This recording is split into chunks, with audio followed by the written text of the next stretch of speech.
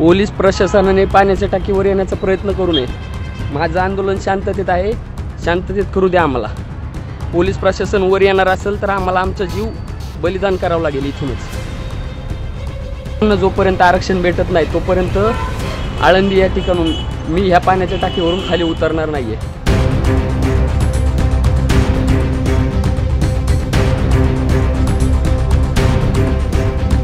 Phone उचल आणि बोल, साहेब फोन लावतील नाही तर आपले डीडी भोसले पाटील साहेब फोन लावतील।